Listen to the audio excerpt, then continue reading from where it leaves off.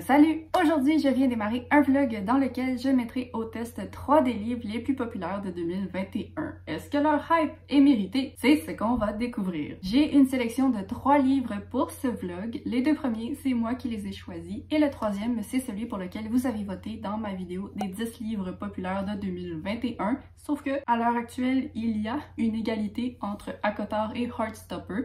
Donc, au fil du vlog, on va découvrir c'est qui le gagnant final et quel est le livre que je lirai entre ces deux. S'il vous plaît, faites que ce soit Heartstopper! Donc, sinon, pour les 2 livres que j'ai choisis, le premier d'entre eux, c'est One Last Stop de Casey McQuiston. Ce sera avec celui-ci que je commencerai le vlog et c'est une belle petite romance saphique qui se déroule à New York. Le personnage principal va faire la rencontre d'une fille mystérieuse sur le métro qui ne semble pas être trop à sa place et la raison c'est parce que elle a littéralement été transportée dans le temps et elle vient des années 70. J'ai entendu beaucoup de gens qui avaient aimé, j'ai également entendu des gens qui avaient pas trop aimé, mais ces gens présentement, je les mets de côté, je les oublie, ils n'existent pas. Je suis désolée, mais je veux aimer ce livre, alors pour l'instant, et sinon pour ce qui est du deuxième livre, c'est ouf. Je viens juste de l'acheter, je trouve l'édition tellement belle.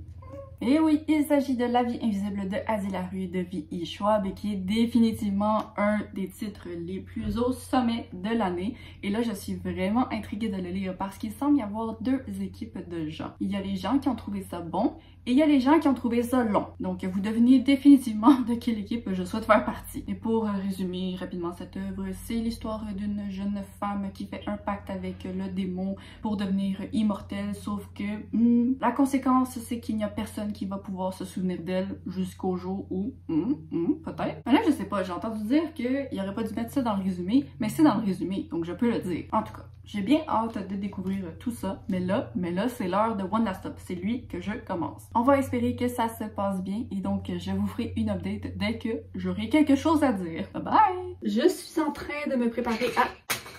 Merci Luna. Je disais, je suis en train de me préparer pour aller filmer une vidéo. Ce sera mon bilan de 2021. Ce sera publié au moment où ce vlog est sorti, donc allez voir ça si vous l'avez pas vu. Donc là, présentement, je suis à 50% de One Last Stop. Ça se passe très bien, mais j'ai quelques petits trucs à dire, sauf que là, je veux pas les dire tout de suite parce qu'il faut que j'ai filmé. Le truc, c'est que je tenais à vous faire une update là, tout de suite, pendant que c'est encore frais. Mais je viens de découvrir que j'ai gagné un concours sur Instagram et j'ai gagné une carte cadeau de 100$ chez Indigo. Ce qui est excellent là-dedans, c'est que ma fête c'est demain, donc merci, bon timing. Et donc voilà, je vais me sécher les cheveux, je vais filmer ma vidéo et ensuite je vous reparle de One Last Stop.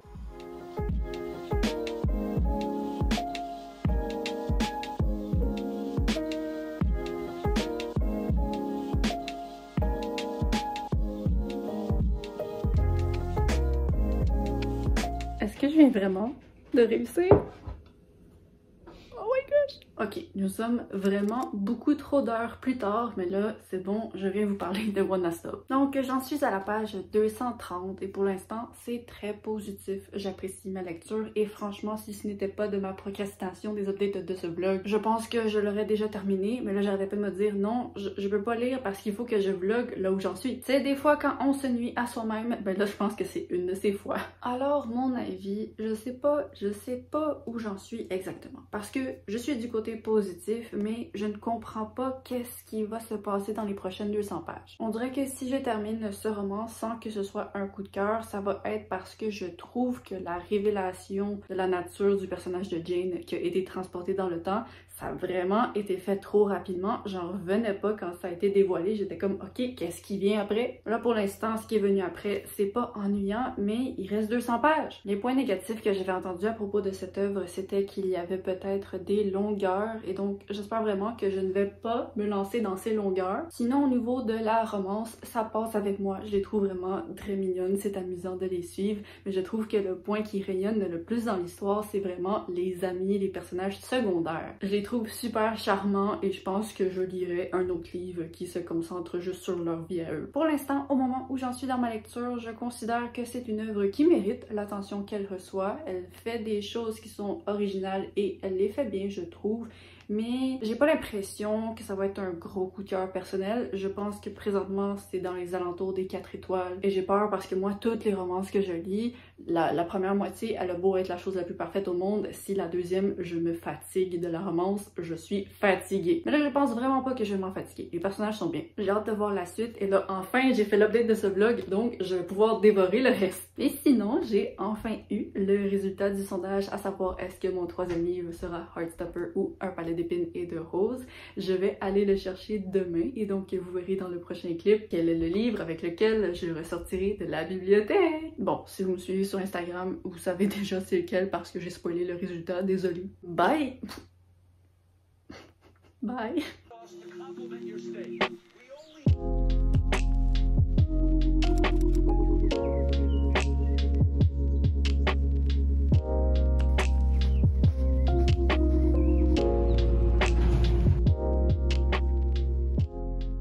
Bon matin, j'espère que vous allez bien, même si vous voyez cette vidéo dans 3 semaines, alors j'espère que vous alliez bien il y a 3 semaines et que vous allez bien dans 3 semaines aussi. Bon, là, je viens parce que j'ai terminé One Last Stop, donc je dois faire mon update lecture. Mais le truc, c'est que hier soir, j'avais un Zoom avec la famille Booktube Québec et ça s'est terminé à 7 heures, mes amis. Et donc là, il faut que je produise une critique cohérente avec le cerveau incohérent que j'ai en ce moment. On va essayer, on va essayer. Je vais commencer avec le positif. Donc, premièrement, le couple, j'ai aimé la romance, je ne m'en suis pas fatiguée, ce qui est rare. Et ce qui est encore plus rare, c'est que le livre est assez répétitif puisque la fille est prise sur le métro, donc la plupart des scènes se font sur un métro. Et ça, c'est quelque chose qui semble avoir dérangé des gens, mais moi, personnellement, ça ne m'a pas vraiment fatiguée. C'est pas une répétition qui m'a dérangée et j'ai aimé les situations cocasses et coquines que ça a causé. Je veux dire, je comprends pas la logistique de comment ils ont pu faire certaines choses devant, mais peut-être pas devant, mais je sais pas. Il y avait des scènes, je savais pas s'il y avait des gens autour d'elle. Et là, je suis pas sûre de vouloir savoir si à ce moment-là, il y avait des gens ou pas. En tout cas, les gens qui l'ont lu savent de quoi je parle, mais je vais pas en dire plus. Autrement, un autre aspect positif que j'avais mentionné dans une update récente, c'est que les amis du personnage principal étaient vraiment attachants et intéressants. Et c'est quelque chose qui a continué, sauf que j'ai l'impression que dans la deuxième moitié, ils ont vraiment continué à prendre un rôle secondaire, mais d'une manière un peu moins plaisante. Et on avait parfois des mises à jour sur leur statut. Et c'était comme « Ah tiens, je vais vous dire ce qui se passe avec ce personnage. Ah tiens, voici. » Ça m'a fait ressentir un détachement avec ces personnages que je ressentais pas au début. Et ça m'a un petit peu déçue, mais je persiste à croire que j'aimerais un livre sœur à celui-ci qui suit ces personnages. L'autre point positif pour moi, c'est que j'ai trouvé ça vraiment facile et rapide à lire. Comme je l'ai dit, c'était répétitif, mais je veux dire, moi, les pages, ils volaient dans mon visage. J'aurais pu facilement lire ça en 24 heures. Donc voilà, pour ces points-là, je suis vraiment contente de ma lecture. Ça a été vraiment un bon moment. Mais là, pour ce qui est du point négatif que j'ai, c'est que le personnage principal n'est pas dans une bonne situation monétaire.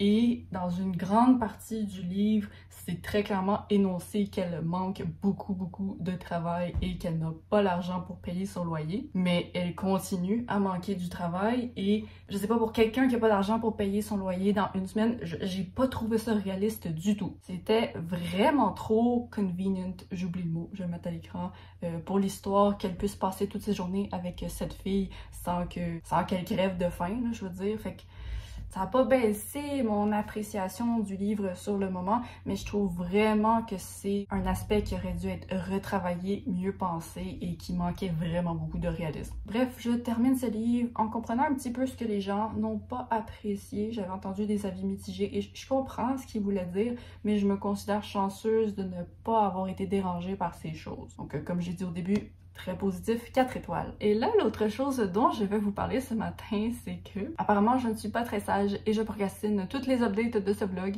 Et donc depuis la dernière fois qu'on s'est parlé, j'ai commencé Heartstopper et je sais pas si vous pouvez voir où est-ce que j'en suis rendue, mais c'est pas très loin de la fin. Et donc Heartstopper, c'est une petite romance entre deux garçons à l'école. C'est un roman graphique. Honnêtement, j'avais vraiment peur avant de le lire parce que c'est le livre adoré par toute la planète entière, sauf mon ami. Donc là, je me disais, ok, soit j'offense toute la terre entière, soit j'offense ma très bonne amie. Et là, pour l'instant, c'est qui que je vais offenser? bonne nouvelle pour vous, c'est mon ami, j'adore. C'est tellement cute, c'est tellement cute. Genre littéralement après 5 pages, j'étais déjà vendue pour la romance, puis j'étais comme oh mon dieu, c'est mignon. La raison pour laquelle mon ami n'a pas aimé, c'est parce que c'est un récit très simple, mais moi je trouve que ça fait vraiment toute sa beauté. C'est un récit simple, mais qui ne perd pas de temps sur des choses lourdes et désagréables. La manière dont le récit est construit et avance, je sais pas comment elle fait, mais on dirait qu'Alice Oseman, à chaque page, j'en ressors avec une émotion plus élevée que la précédente. En tout cas, pour l'instant, personnellement, je comprends vraiment la hype et il va falloir qu'il y ait quelque chose de majeur qui se passe d'ici la fin pour ne pas que j'aime ça, parce que j'aime ça. Sérieux, ça me surprend, je pensais vraiment pas que ce serait le genre de choses qui me plairait, mais pour l'instant, je suis vendue. Désolée, Gabi!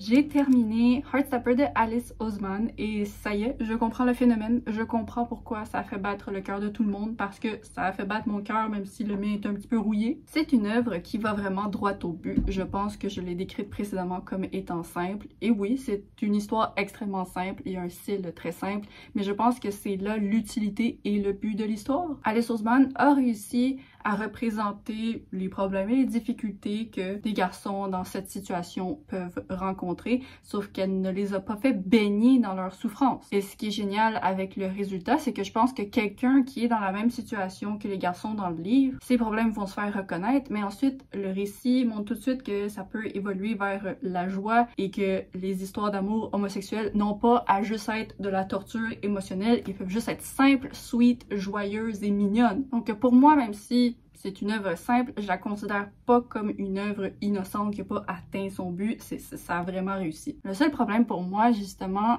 ça s'est produit à la toute fin, et c'est que, comme je le dis, la chose que j'ai le plus appréciée, c'est le fait que la souffrance ne soit jamais le thème principal. Sauf que le problème, c'est que ça se termine un peu sur un cliffhanger où il y a un malentendu, et je sais, connaissant le style du livre entier, que sûrement dès la première page du prochain livre, ça va être réglé. Mais le problème, c'est que pendant ce temps, pendant que j'attends de lire le deuxième, ben moi, j'en suis ressortie avec la souffrance du personnage, et c'est comme si là, ça fait que je baigne là-dedans, alors que ce que j'ai apprécié, c'est de pas baigner là-dedans tout le long. Et ça, c'est vraiment juste une préférence personnelle. Je comprends totalement pourquoi c'est la fin du livre. Je veux dire, il faut qu'elle vende les autres livres. Mais je pense qu'avec une fin un peu différente et pas si... J'ai vraiment pas de mots.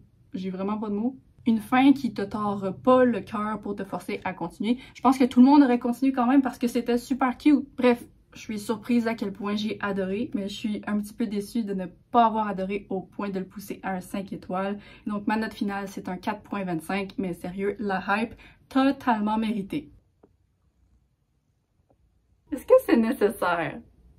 Bon, je vais vous parler de Hadi Larue, qui est officiellement, je crois, le livre le plus mitigé de l'univers. J'ai fait un sondage sur Instagram pour voir parmi les gens qui me suivaient, qui avaient adoré et qui s'étaient endormis en le lisant, et c'était un 50-50 presque parfait. Et le plus intriguant là-dedans, c'est que des deux côtés du 50, il y a des gens à qui je fais très confiance pour leurs avis, donc je me suis lancée là-dedans sans aucune idée de ce qui m'attendait. Et donc là, je suis à 50%, et je peux donc déjà vous dire de quel côté je me place pour l'instant. Mais avant de vous révéler ça, je tiens juste à dire que cette édition est tellement magnifique, là. C'est magnifique, et même si je n'aimais pas ce livre, je serais contente de l'avoir acheté. Et donc je sais pas si ça c'est vous spoiler, mais pour l'instant, j'aime beaucoup. Ce livre, en ce moment, est exactement ce que j'espérais qu'il allait être. J'ai toujours une passion très prononcée pour les œuvres qu'on traverse comme si c'était une vie entière qu'on vivait avec le personnage principal, et c'est l'impression que j'ai en ce moment en le lisant. C'est tellement long à traverser, ça fait tellement partie de notre quotidien,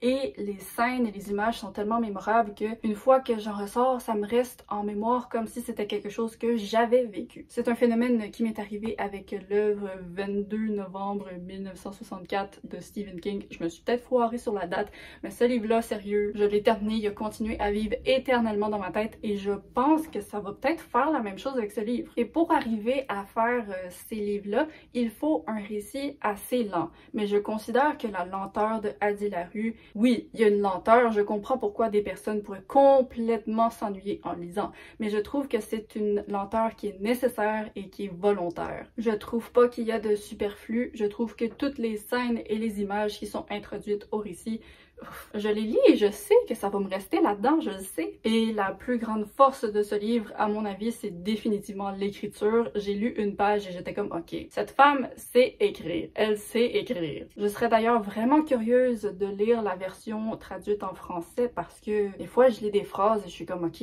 c'était vraiment beau et je suis vraiment curieuse de voir comment ça a pu être traduit en français. On dirait que maintenant que je suis à la moitié, je comprends pourquoi le phénomène est aussi mitigé parce que c'est vraiment le genre de livre qui va résonner avec un type particulier de lecteur et je me considère extrêmement chanceuse d'être exactement ce genre de lecteur. Mais là, je dis ça et je sais que j'ai vu des gens avoir des avis assez positifs dans la première moitié et qui se sont complètement fatigués dans la deuxième. Donc là, peut-être que je parle trop vite, mais je ne penserai pas. Donc, je m'apprête à aller continuer ma lecture. J'ai très hâte de découvrir la suite et ce qui est un peu cocasse, c'est que les 50 premières pages, ça m'a pris, je pense, 4 jours les lire. Et ensuite, je me suis tapé les 150 prochaines en un jour et demi. Bref, pour l'instant, je suis vraiment contente de l'expérience que ce livre est en train de me faire vivre. Est-ce que ça pourrait être un 5 étoiles?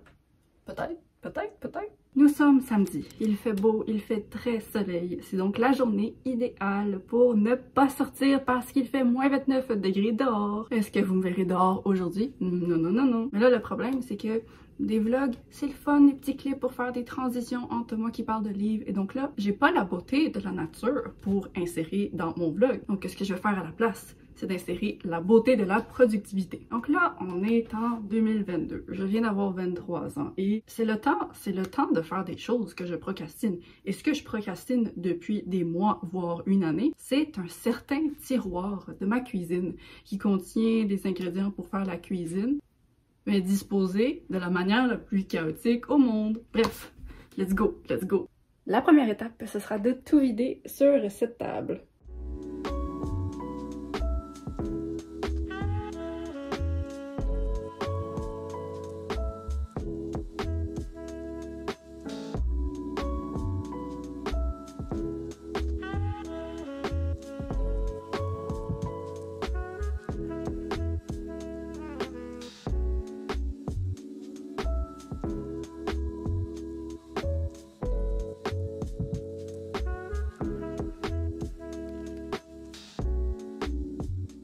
Les cannes, ça va être plus facile à organiser, je pense. Fait que je pense qu'on va faire ça. Alors, de ce côté, nous avons toutes les cannes que je peux manger et ça, ce sont toutes les cannes de mon copain.